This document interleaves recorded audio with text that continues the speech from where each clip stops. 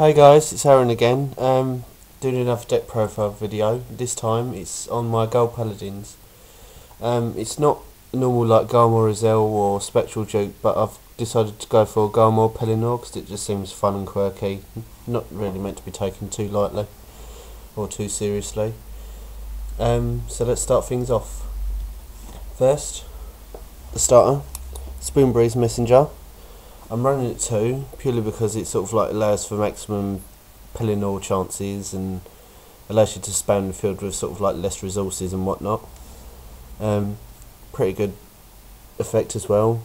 He moves back when a Gold Paladin rides him, and his other effect is Counterblast 1 and move him to Soul.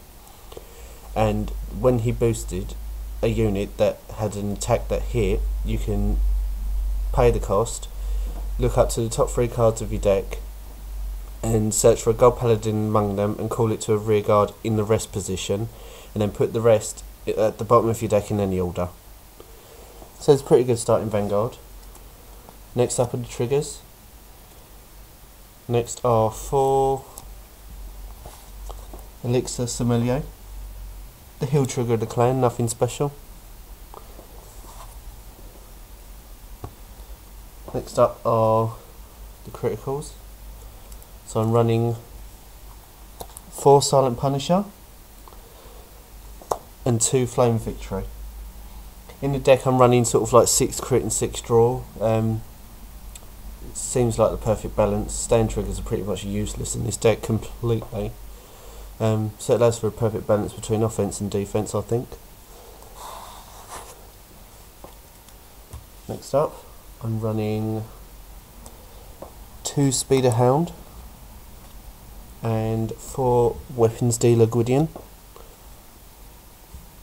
So for sort of like the 5k draw triggers rather than using the Falcon Knight of the Azure, I think. Pretty situational for his effect. So that's the grade 0s. Next up, the grade 1s. I'm running 4 Knight of Elegant Skills Gareth. 8k grade 1 vanilla. Next are 3 Halo Shield Mark, the perfect guard of the clan. Pretty much self-explanatory. When you use him to guard, you discard a card of the same clan and you can stop an attack. Next is 3 Charge Gall, mainly to be used with Garmore. Considering he can allow you to hit up to 26 before any triggers. Because you Soul Blast 1 when you boost the Great Silver Wolf Garmore, and Charge Gall gains, the boosted unit I should say, which would be the Garmore, gains an extra 5,000 to the end of the battle.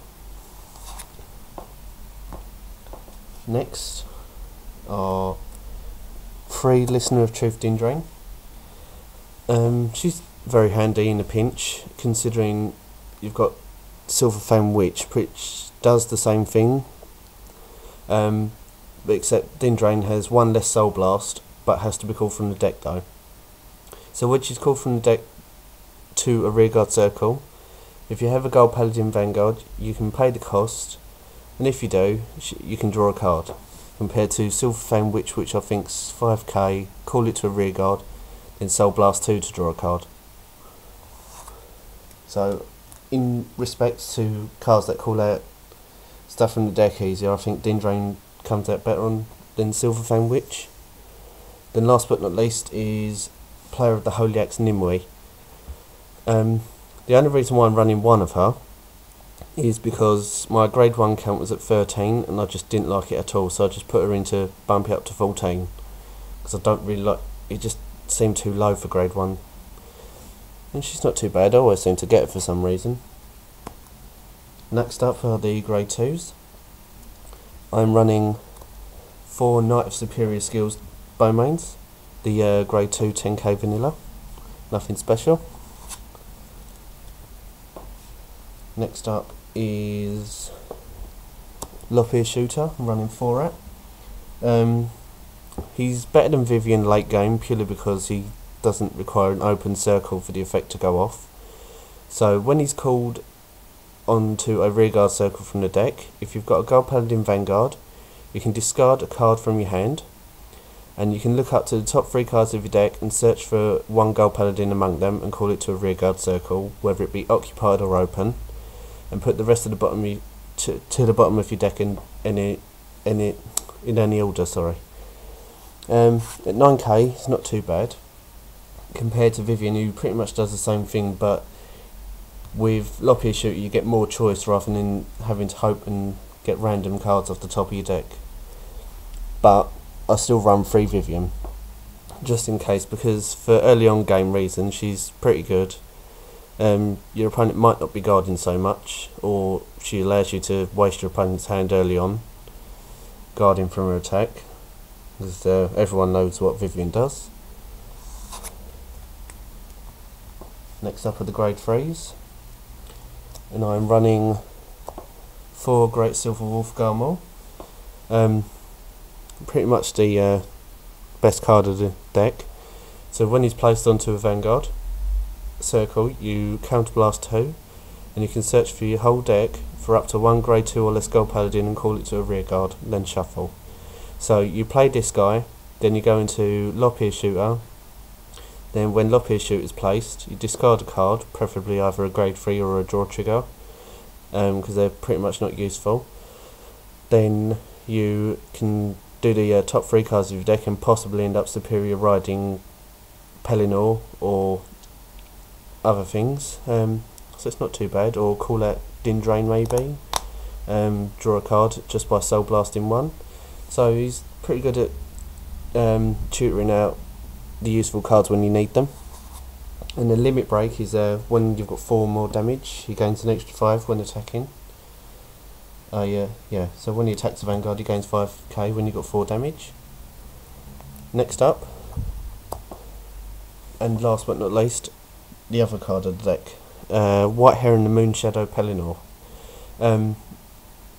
He is situational, I agree, but I actually quite like him. It makes Gold Paladins more fun rather than seeing the usual superior ride chain of like Ezel and whatnot. His limit break is when you have 4 or more damage, you can choose up to 2 Gold Paladin rearguards and put them to the bottom of your deck in any order, which is the cost. And when he attacks, you pay the cost, and if you do, you can choose up to 2 Gold Paladin units, and they receive a 5000k boost until the end of the turn. And the second ability, which is his superior ride ability, is when he's called to a rearguard circle from the deck, if your opponent has a grade 2 or greater Vanguard, you may pay the cost, and if you do, put this onto your Vanguard circle by superior riding. He's pretty good, considering it's sort of like similar to a Soul Saver effect, except he only does 2 and you don't need to Soul Blast anything. Just the only condition is to discard a card when he's called from the deck onto a rearguard circle. And that's pretty much it. I hope you enjoyed the video. If you have any comments, maybe even actually try this build out for yourself and let me know how it goes for you.